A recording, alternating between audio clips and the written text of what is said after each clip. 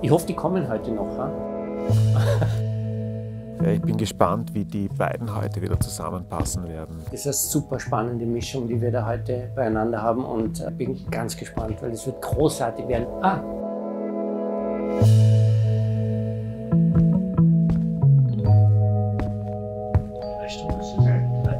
Was wird das, Boris? Keine Ahnung.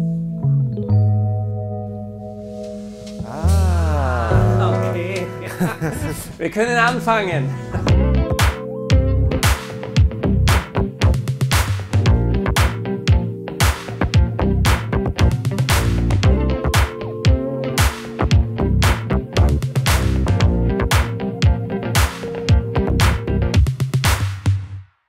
Liebe Eva, lieber Gerhard, ich darf euch herzlich hier in den Räumlichkeiten der Erste-Stiftung begrüßen. Wir bereiten uns vor auf unser 4. Kolloquium, das wir organisiert haben, und sind sehr froh, dass ihr unsere Einladung angenommen habt. Wir sind besonders dankbar, weil für uns zu diesem Thema, das wir heute besprechen wollen, ihr quasi das Idealpärchen seid. Und wir freuen uns auf eine sehr spannende Diskussion und ein inspirierendes Gespräch.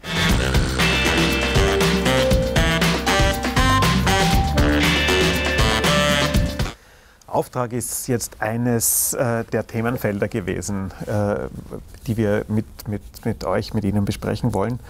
Wir haben über 6 andere zum Teil schon gesprochen und werden zum Teil noch sprechen. Was bedeutet jetzt Auftrag konkret? Wir möchten da über die Möglichkeiten sprechen, wie eine Institution gerade in disparaten Zeiten wie jetzt Orientierung geben kann, wie man sich auf ein gemeinsames Werteverständnis einigen kann und was es braucht, um eine glaubwürdige und verlässliche Identität zu schaffen, die wiederum durch alle Mitarbeiterhierarchien Grundkonsens herstellen kann und gleichermaßen nach innen und nach außen wirkt. Wenn Sie an Ihre berufliche und zivilgesellschaftliche Tätigkeit denken, welche Art von Auftrag spüren Sie dabei? Das hat unfassbar viele Aspekte natürlich. Ich glaube auch, dass ich mir in meinem Beruf relativ leicht hertue, sage ich einmal, im Thema Gesundheit, weil ich hier natürlich einen ganz klaren Auftrag habe, das mir mein Berufsbild vorgibt, nämlich zu jedem Augenblick dafür zu sorgen, dass mein Vis-à-vis, mein Patient, wenn Sie so wollen, bestmöglich beraten und betreut und auch behandelt wird. Das ist eine Aufgabe eines Arztes, die sehr gut umrissen ist, worauf wir einen hippokratischen Eid schwören mussten. Und ich glaube, jedem ist klar, was ein guter Arzt zu tun hat. Meine Aufgabe hier ist aber auch eine Public Health Aufgabe, die auch zum Teil gesetzlich verankert ist, nämlich dafür zu sorgen, dass dieses Unternehmen wirtschaftlich gesund bleibt über den Weg, dass die Mitarbeiter gesund bleiben. Und das ist schon eine andere Fragestellung wieder mal. Und wir haben hier, und das ist ein Grund, warum ich bei diesem Unternehmen schon sehr lang und im Übrigen sehr, sehr, sehr, sehr gerne bin, die Möglichkeit, weil wir groß sind und zum Teil auch ressourcenstark sind, Dinge auszuprobieren, nämlich wirklich, wenn Sie so wollen, aus dem Public Health Bereich Innovationen auszuprobieren und dann zur Verfügung stellen, den Institutionen dort draußen. Wir versuchen hier nicht Dinge, die das Gesundheitssystem ohnehin hergibt, in einer besseren Qualität oder so zu machen, sondern da, wo es tatsächlich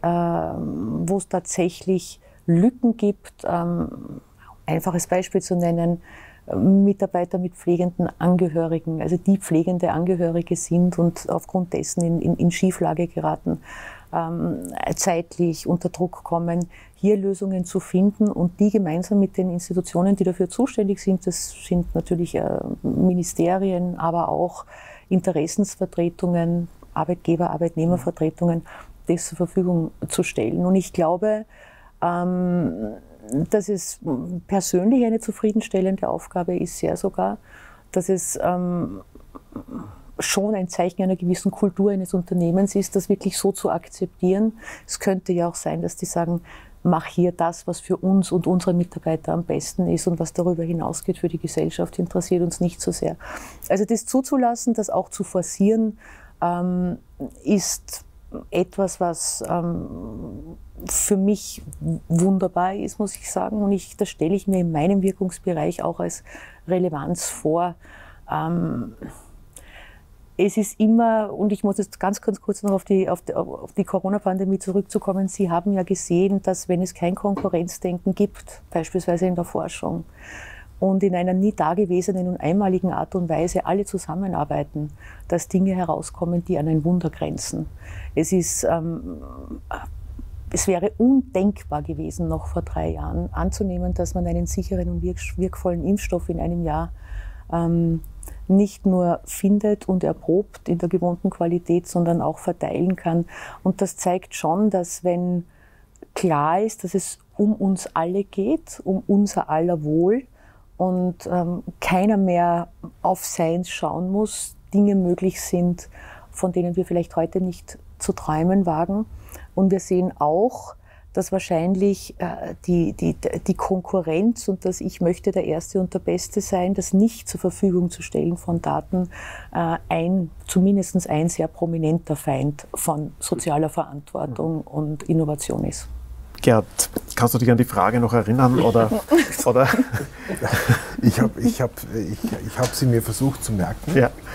Und ich würde eigentlich anschließen. Und es sind mein Auftrag, den ich eigentlich in meinem Berufsleben oder auch in meinem unternehmerischen Tun für mich gefasst habe, geht eigentlich darin, dass ich einerseits das Glück habe, dass ich einen Bruder habe, der hier eine Koryphäre in der Verhaltensökonomie ist und der sich genau auf dem Thema, das Sie gerade erwähnt haben, nämlich wie Kooperation und Wettbewerb gemeinsam koexistieren können und wir nicht ideologisch kooperativ sein müssen oder ideologisch quasi wettbewerbsorientiert, sondern wie wir quasi unsere Gesellschaft, unsere Systeme designen müssen, dass wir hier die richtigen Anreize, die wichtigen Strukturen kriegen, dass etwas so Wunderbares wie dieser technologische Fortschritt der Impfung passiert, dass das herauskommt. Das ist ein Auftrag, also dieses Wissen der Allgemeinheit zugänglich zu machen und dementsprechend mit diesem Wissen auch, ich sag's, wir nennen das sehr theoretisch oder sehr Prototypen, ich würde sagen Designs zu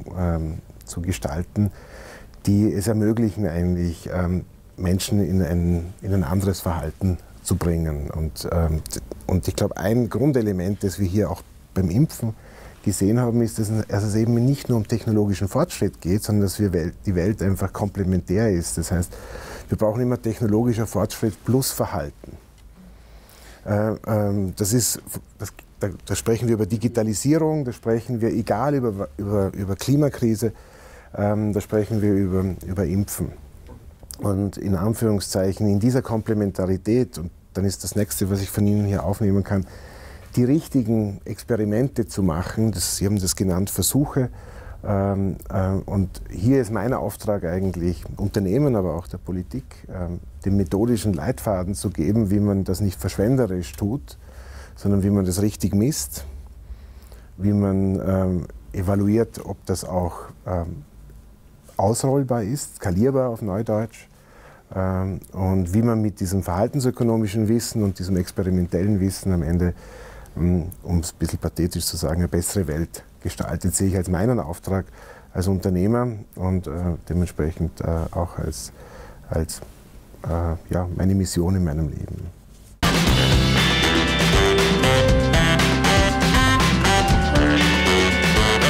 Was fürs Banking fundamental ist, dass die Kultur eines Unternehmens die Menschen im Unternehmen ehrlicher macht.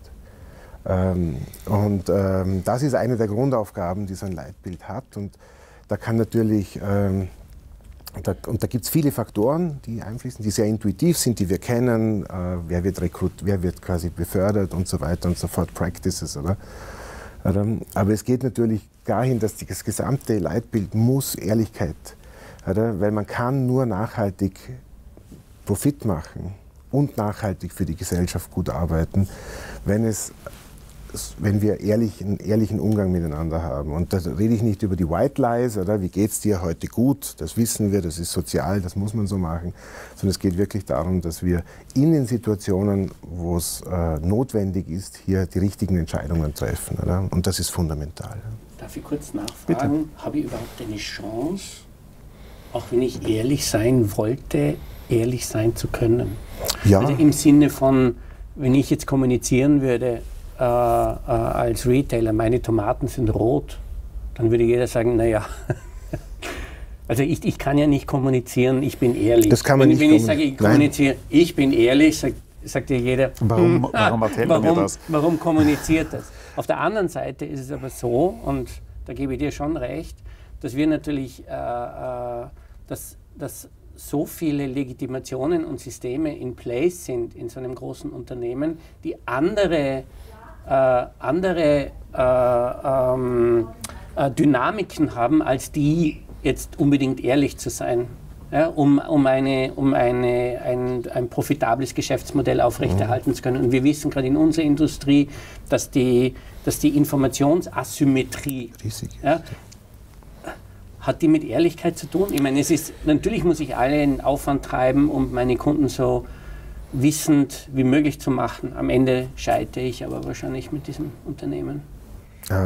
Ja, aber ich glaube nicht, dass Informationsasymmetrie und Ehrlichkeit dieselben Dinge sind. Okay. Informationsasymmetrie hat sehr, sehr stark damit zu tun, dass Banking, ich rede jetzt wirklich, dass wir haben in unserer Welt sehr viele Vertrauensgüter. Ärztin zu sein ist ein Vertrauensgut. Vertrauensgüter sind ganz spezielle Güter. Wir können vor, während und nach dem Konsum des Gutes kein Urteil abgeben, ob es gut ist.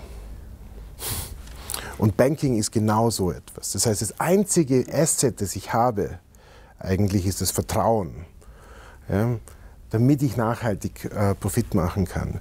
Dasselbe gilt zum Beispiel für Zahnärzte. Ich kann nicht sagen, müssen mir die Zähne so gemacht werden oder nicht. Dasselbe gilt auch heute zum Beispiel, wenn man das Auto in eine Garage bringt. Ich weiß nicht, ob die bremsen. Das sind alles Vertrauensgüter. Und wie man Vertrauensgüter managt, ist eines der Grundelemente dafür, ob man nachhaltig profitabel sein kann oder nicht. Und das ist das. Und Ehrlichkeit ist ein Grundingredienz, oder, dafür. Und das heißt nicht absolut, das heißt einfach nur, dass ich im Sinne von dessen im Schnitt meine Mitarbeitenden, meine Kunden ehrlicher mache. Ja? Und das ist ein extrem wichtiges quasi Ding. Und das kann, und du sagst, oder deine Frage ist, kann ich das explizit machen? Ich sage, es ist ein absolut wichtiges, implizites Element, oder? Und alles, was in einer Bank gemacht wird, muss eigentlich einen Check haben. Mache ich damit Menschen ehrlicher oder mache ich sie unehrlicher? Und jetzt kam ganz, ganz spannend, da gibt es ein Experiment meines Bruders. Würde ja nicht so sein, wenn man keine Experimente hat. In einer riesengroßen internationalen Bank mit mit mehreren tausend Mitarbeitern Experimente gemacht, wo sie die Leute einerseits in die Unternehmens- und die Bankeridentität gebracht haben und andererseits in die Identität in ihrer Familie als Bürger. Und was die herausgefunden haben ist, hey, als Bürger sind die alle extrem ehrlich, viel, viel ehrlicher wie der Durchschnitt. Also die Bank hat kein Problem zum Beispiel in der Practice Recruiting. Wir holen die richtigen Leute. Aber wenn ich die in unserer Bank quasi schlussendlich in die Banker-Identität schmeiße, werden sie unehrlich. Ja? Und dann sehen wir, uns einiges zum Nachdenken. und da sehen wir, dass diese Art quasi schlussendlich, wenn ich das habe, heißt es, ich habe ein systematisches Thema. Und was wir sehen, ist, dass das ein Langzeitindikator dafür ist, oder? Wie gehe ich mit Kunden um? Das ist ein Langzeitindikator, wie gehe ich mit Mitarbeitern um? Und das ist natürlich auch ein Langzeitindikator, wie profitabel dass ich bin. Weil eines ist, du kannst nur als ethisch solides Unternehmen nachhaltig profitabel sein.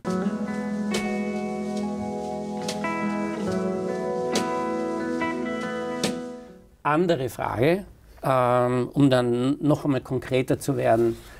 Als Idealist, als Eigentümerin, der ein Idealist ist und mit diesem Auftrag aus der Vergangenheit lebt, dass es eigentlich um das Gute im Leben geht und um eine bessere Lebensgestaltung, nimm den Satz, den ich vorhin vorgelesen habe, noch einmal raus und ganz ernst.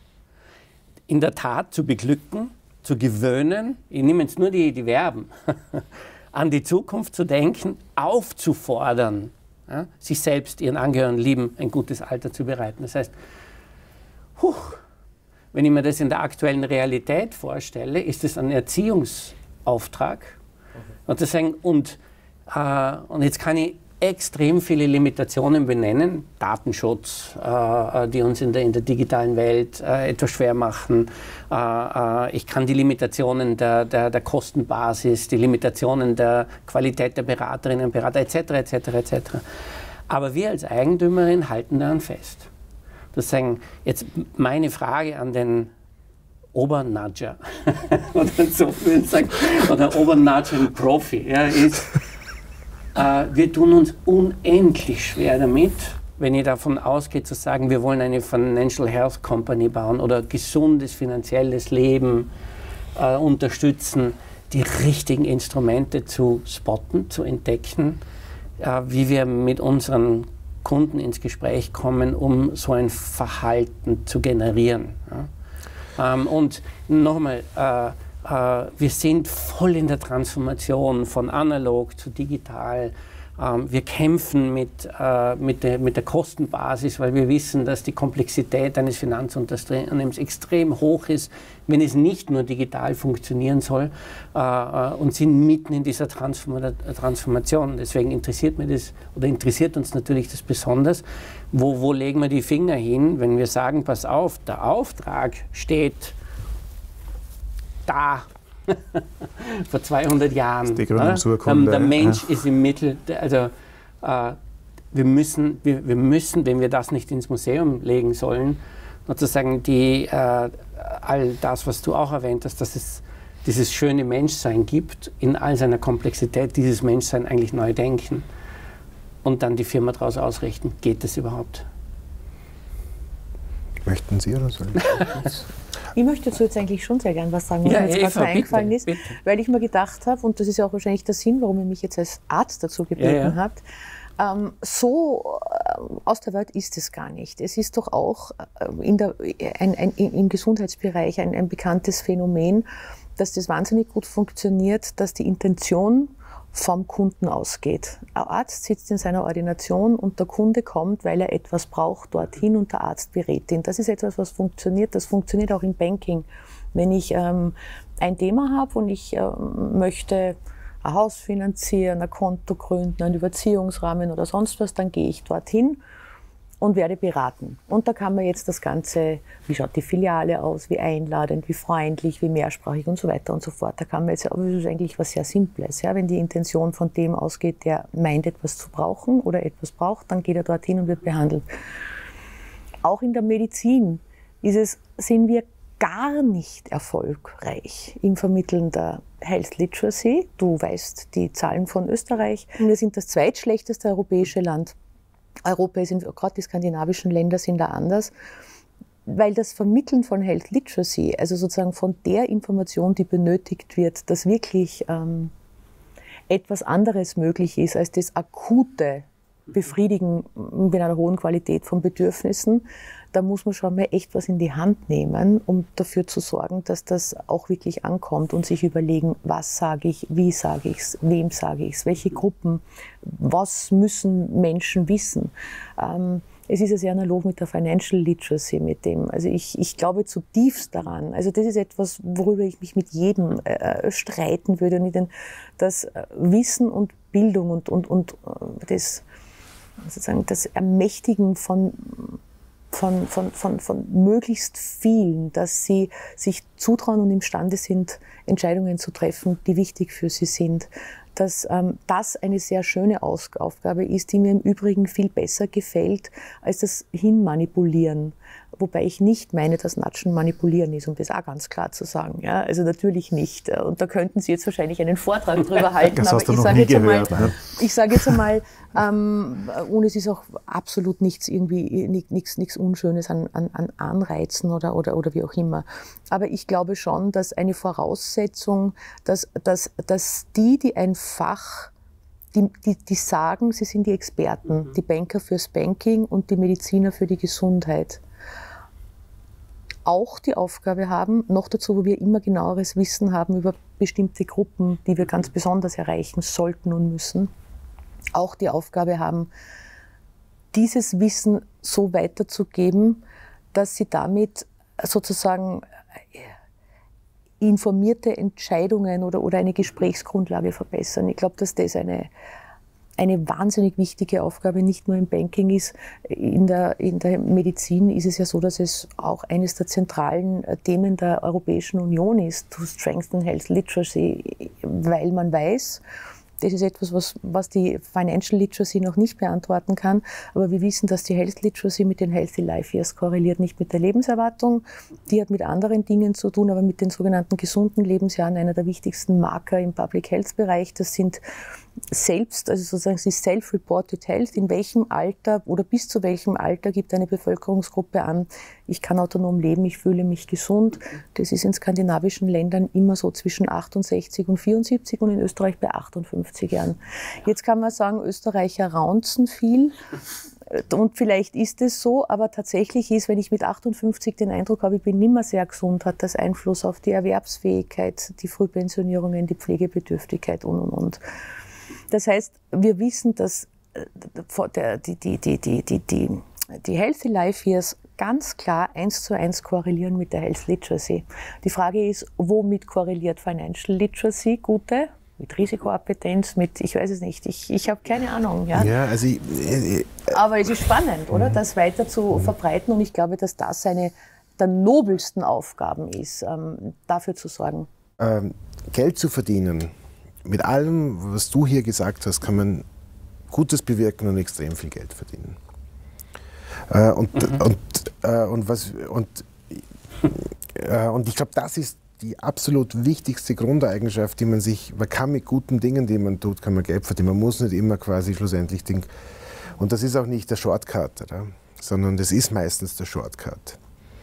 Das heißt, wenn ich Leute dazu bringe, dass sie mehr sparen, und so weiter und so fort, dann kann ich hier mit den Leuten einfach besseres Geld verdienen. Wenn die bessere Entscheidungen treffen, kann ich mit ihnen besseres Geld verdienen. Ich brauche als der durchschnittliche, was ist das wichtigste Asset, das ich quasi als Finanzinstitut habe, das ist das durchschnittliche Vermögen, das ein Kunde erwirtschaften respektive erwirtschaftet hat, weil das Asset under Management ist.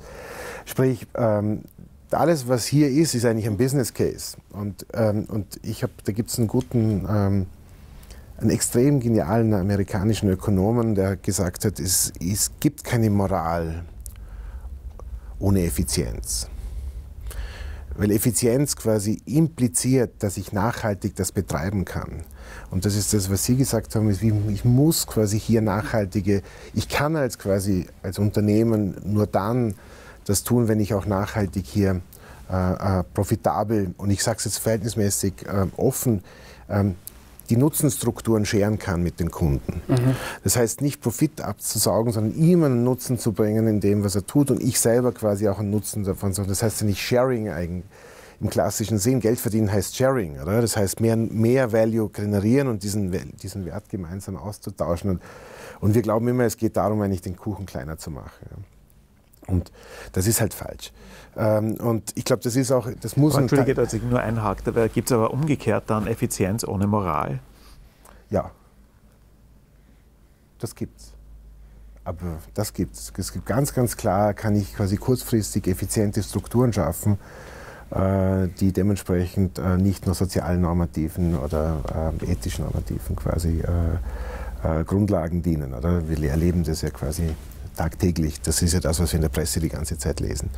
Und das ist ja nicht, das ist ja, wie soll ich sagen, da gibt es ja auch Sanktionsmechanismen in der Gesellschaft, da gibt's ja die Frage ist ja nur, wann greift es. Und wie schnell genug kommt man drauf und so weiter und so fort. Und ist es quasi nur amoralisch oder ist es auch dementsprechend, wird sanktioniert im rechtlichen oder auch quasi im sozialen Sinne. Aber Moral gibt es nur mit Effizienz. Das ist ganz, ganz wichtig, sonst kann ich die Moral nicht aufrechterhalten, sonst bricht sie mir zusammen. Und ich glaube, das ist einmal ein ganz wichtiger Punkt. Ich muss nachhaltig profitabel sein. Das ist die wichtigste Nachhaltigkeit, die ich habe, komplementär zu allen anderen Themen, die ich habe, weil sonst bin ich nicht nachhaltig. Und das geht genau in dem, was Sie gesagt haben. Darum ja, das ist möglich. Die Frage ist einfach nur, wieso tun wir es heute nicht? Oder? Und dann sind wir in der Verhaltensänderungsdebatte. Oder? Das heißt, die Frage ist, und jetzt muss ich die gesamte Bank transformieren, um das zu sagen? Nein, dafür haben wir das Experiment. Das Experiment ist ein kontrolliertes, ein kleines Element. Das Experiment ist ja nichts anderes wie quasi für ein transformierendes Unternehmen die Möglichkeit eigentlich sehr, sehr nimble, sehr, sehr klein, die Dinge auszuprobieren, sie wirklich sauber zu messen und dann zu sagen, gehe ich in die nächste Stufe, gehe ich in die übernächste Stufe und so weiter. Und das braucht halt ein bisschen andere Systeme, das braucht schon mehr Investments. Aber was wir halt sehen ist, und das ist ja das, was wir heute ja wirklich erleben, alle erfolgreichen Unternehmen sind experimentell. Und alle Legacy-Unternehmen sind es nicht. Und weil Legacy-Unternehmen gelernt haben, erfolgreich zu sein unter Risiko. Und Risiko heißt, ich weiß, wo ich lande, ich habe nur Verteilung um diesen Punkt herum. Und dann ist es ja vollkommen wurscht, oder? Dann bin ich mal bei 90 und bin mal bei 105 und dann optimiere ich um diese Punkte herum. Und das ist das, was Legacy-Unternehmen machen. Das machen Banken ganz massiv. Oder? Oder? Und was quasi die neuen digitalen quasi Unternehmen machen, die haben gelernt, und sie wissen es nicht. Und sie wissen, dass sie es nicht wissen. Die wissen, dass sie es nicht wissen. Das heißt, sie müssen das Experiment machen. Das Experiment ist ja nichts anderes wie aus Unsicherheit in eine Risikostruktur zu kommen. Risiko kann ich problemlos managen, kann ich skalieren, kann ich auffahren. Oder? Aber was wir natürlich tun, und das sehe ich in ganz vielen Unternehmen, wir skalieren völlig in Schwachsinn, oder? Weil wir es nicht experimentieren. Und kommen dann später drauf. Und dann haben wir, und viel zu spät, oder? Und dann habe ich in den Legacy-Unternehmen viel zu viele Projekte. Und so weiter und so fort. Das heißt, es braucht aus dieser ganzen Wertehaltung einen Strategiewechsel hin zu, ich brauche Strategie, ich brauche weniger Projekte. Ich muss Projekte viel früher beenden. Das ist dein Leitsatz, fail fast, but fail small. Genau. Ja, und am Ende des Tages ist es auch so, dass was mir das freispielt in der Transformation sind, ist ja die wichtigsten Kosten in der Transformation sind die ich nicht sehe. Das sind die Opportunitätskosten für das, was ich nicht machen kann.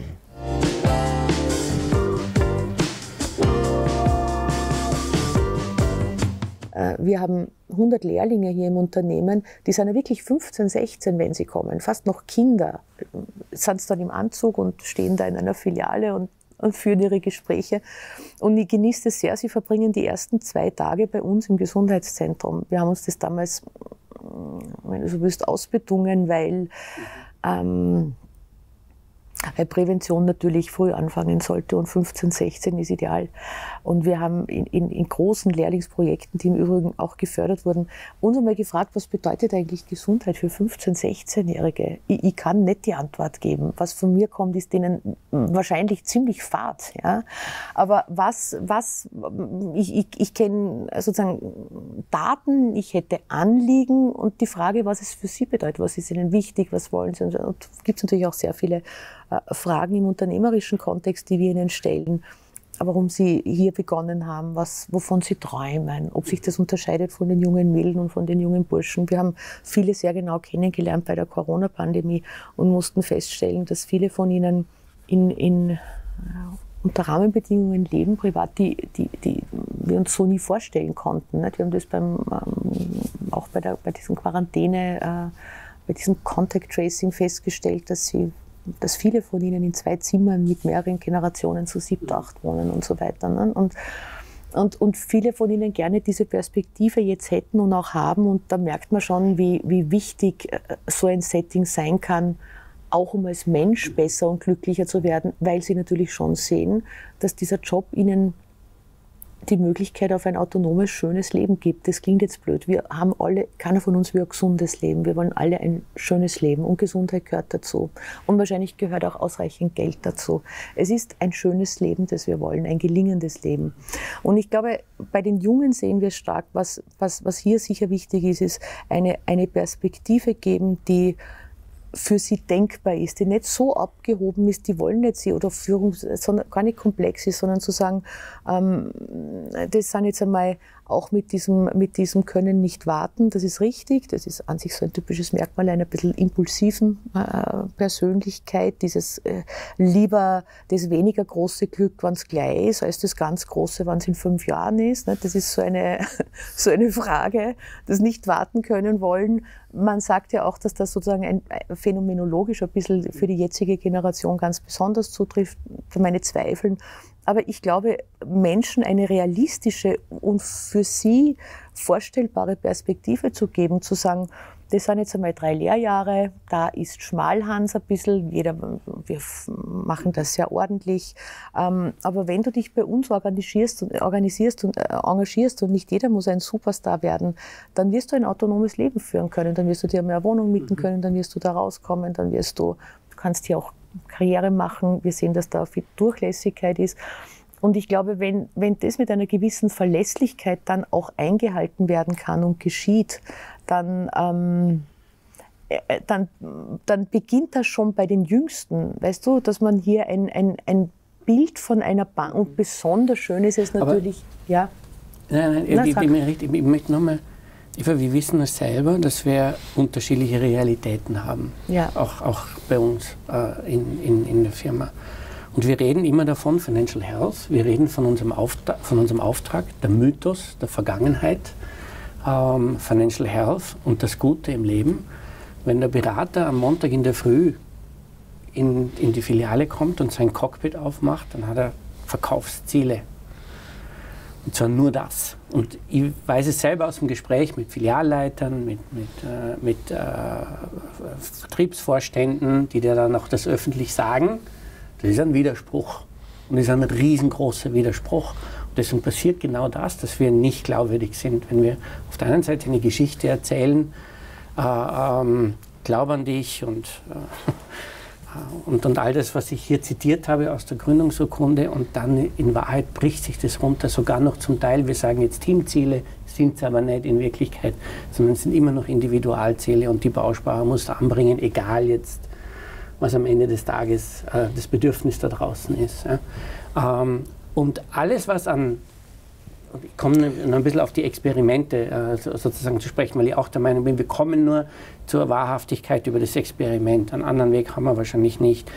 Aber wie gehen wir damit um, dass wir in diesen gespaltenen Realitäten dann trotzdem einen Weg definieren können, der irgendwo hinführt? Weil meine Erfahrung der letzten Jahre war, dass das eigentlich mit den Erwartungshaltungen, Börse, Quartalsergebnisse, dass der Druck so groß ist, dass die Handlungsfähigkeit, zumindest einmal im jetzigen Zustand, ganz klein ist. Die Fantasie zu haben, ein anderes Unternehmen über Experimente zu bauen. Und wir erleben das ja, wir erleben diese Riesen. Und ich bin auch der Meinung, sozusagen, je besser wir wären, diesbezüglich auch die Bedürfnisse zu verstehen, desto besser wäre das Geschäft. In jedem Fall.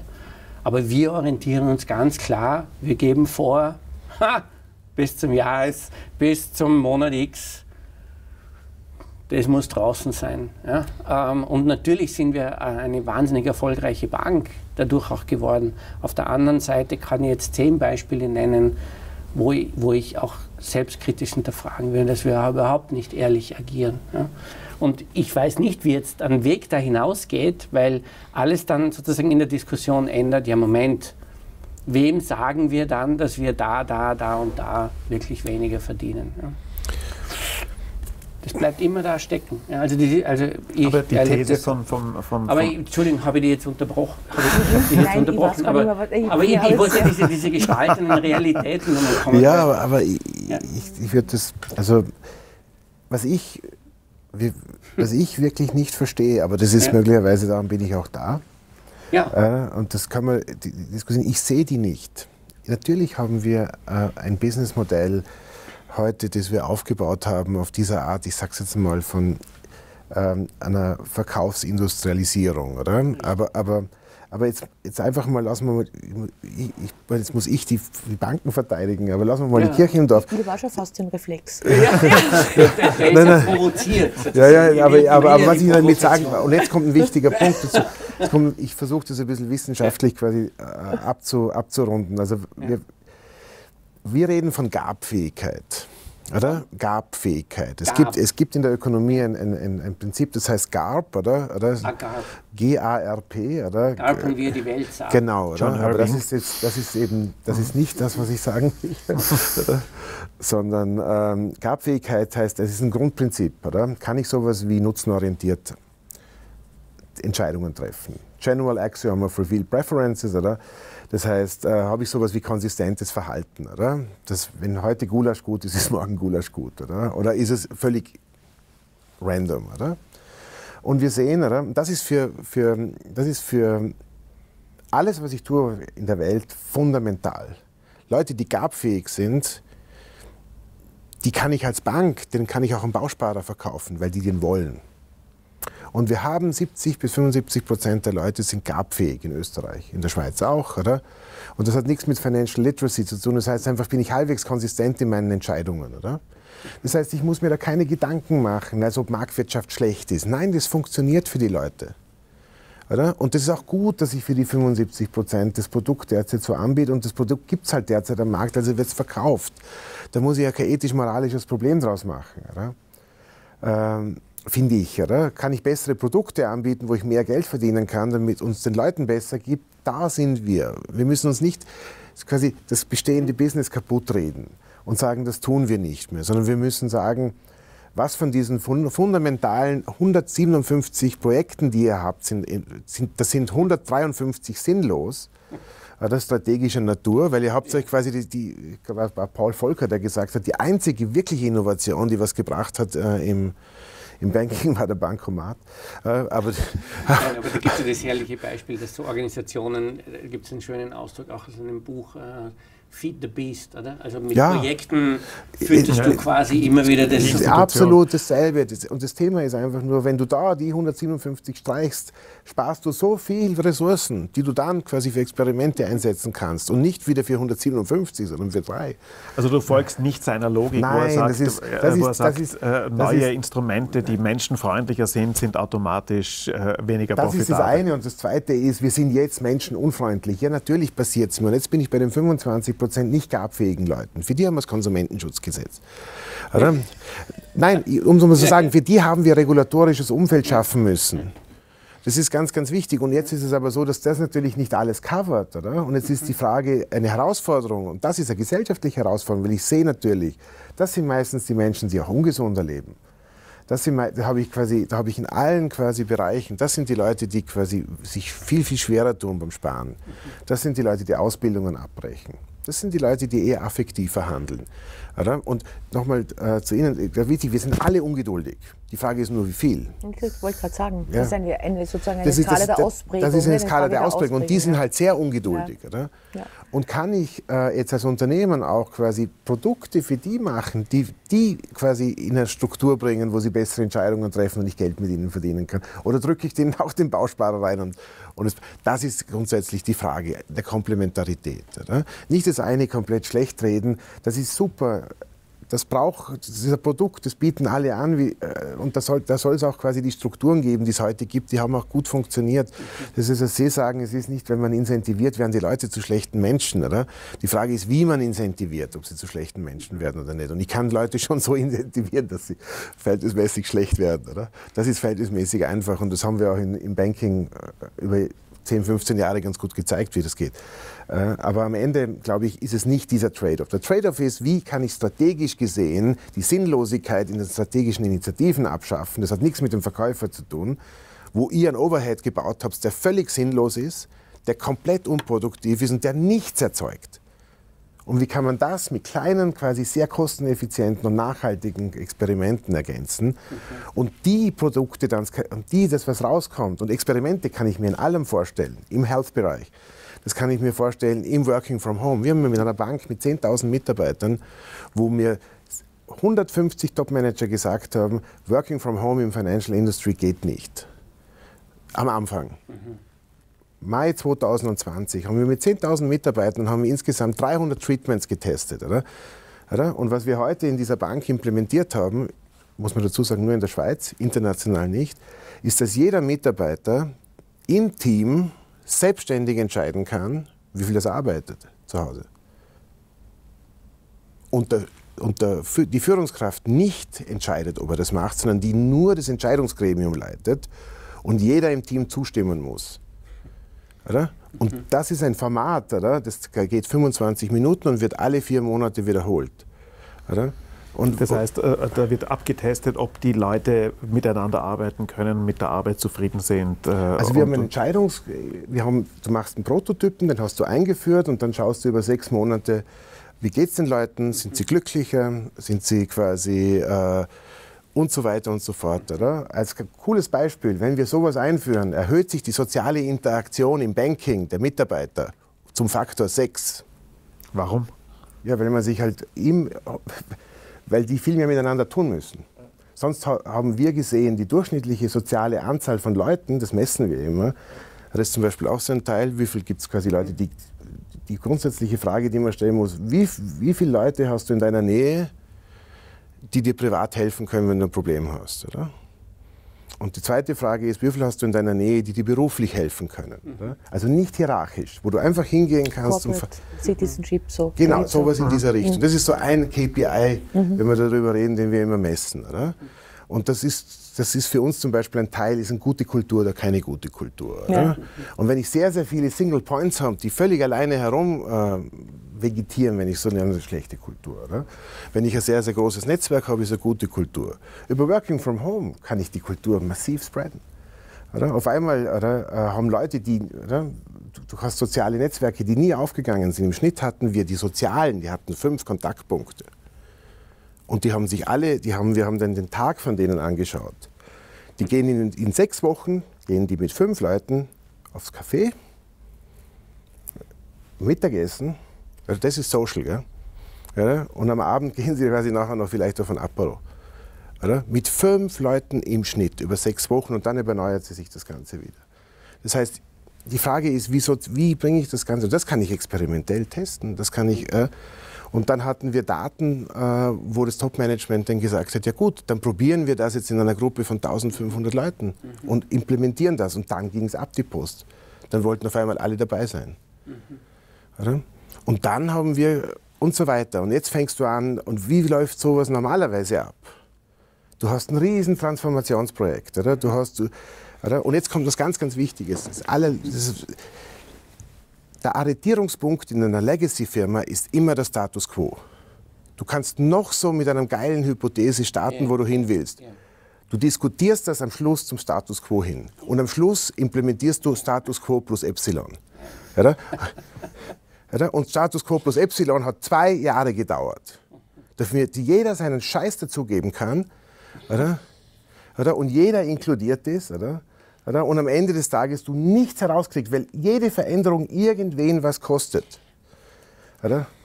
Und so kriegst du die Veränderung einfach nicht her.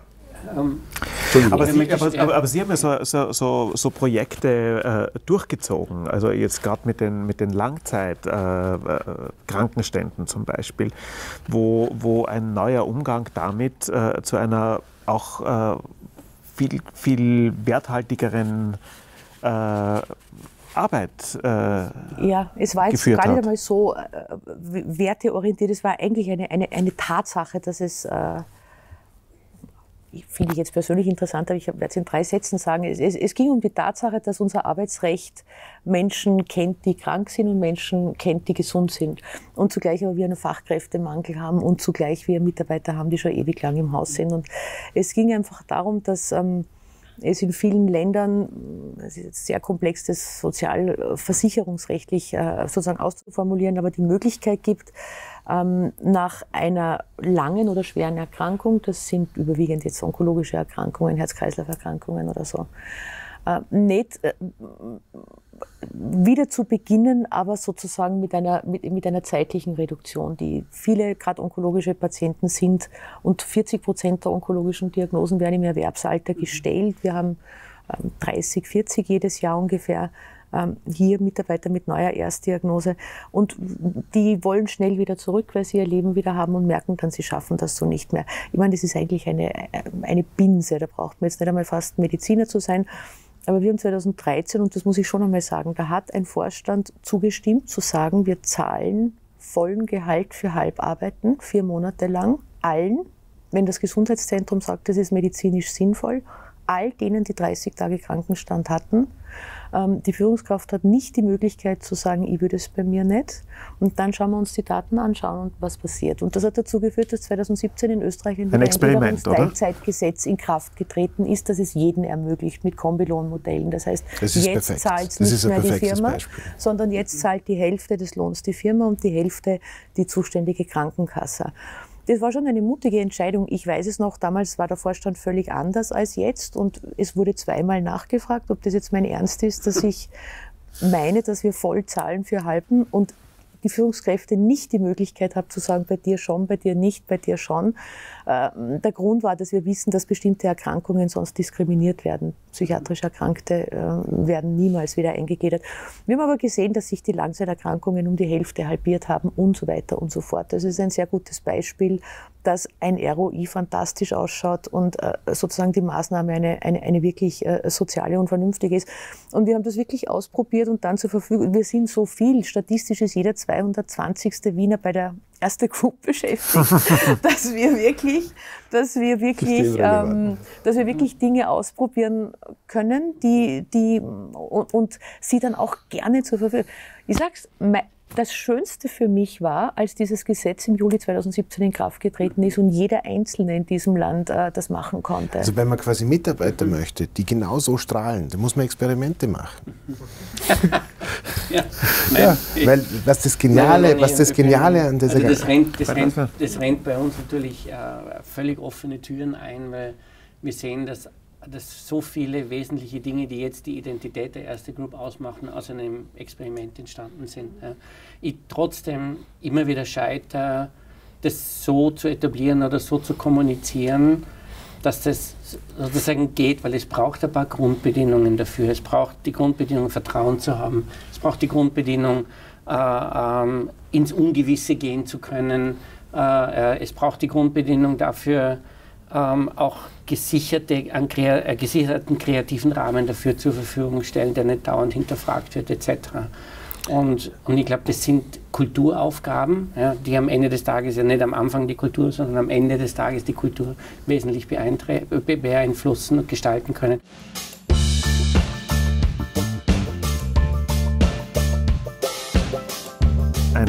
Eine Schlussfrage, die wir jetzt allen Teilnehmerinnen und Teilnehmern gestellt haben und auch Ihnen stellen jetzt, nämlich, wenn Sie aus irgendeinem merkwürdigen Zufall heraus eine Bank geschenkt bekommen, was würden Sie damit tun? Ich würde sie natürlich nicht selber leiten, um das einmal gleich festzustellen, weil ich das nicht kann. Weil ich jetzt eine Bank so lang kenne, wäre es für mich ein spannendes Geschenk. Als mir der Job in einer Bank angeboten wurde und noch einmal, ich bin Medizinerin, da hat mir das war nicht rasend attraktiv. Nicht, weil ich Banken nicht, ich kannte Banken als Kunde, es war so eine neutrale Haltung. Also es gibt Jobs, die sind Arbeitsmedizin, die sind so irrsinnig spannend. Ich habe mir gedacht, ja, eine Bank, Bankbeamten. So.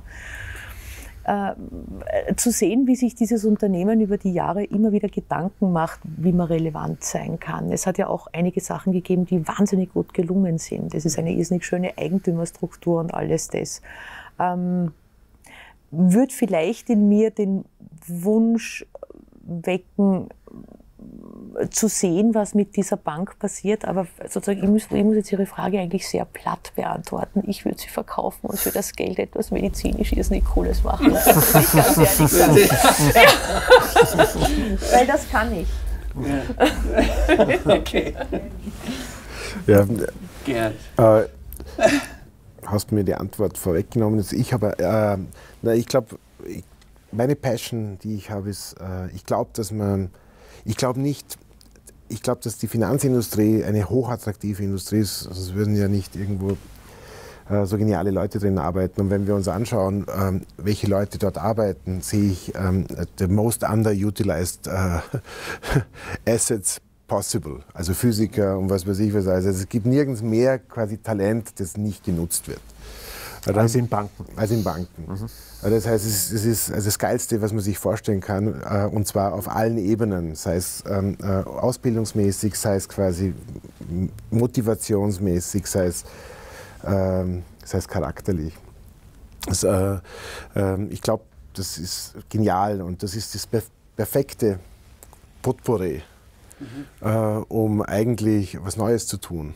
Ja? Und ich würde das Alte natürlich nicht zerstören, würde aber hier sehr, sehr experimentell genau diese Art von Produkten und diese Art von sage ich mal, Themen für eine sehr, sehr heterogene Kundenstruktur versuchen zu bauen.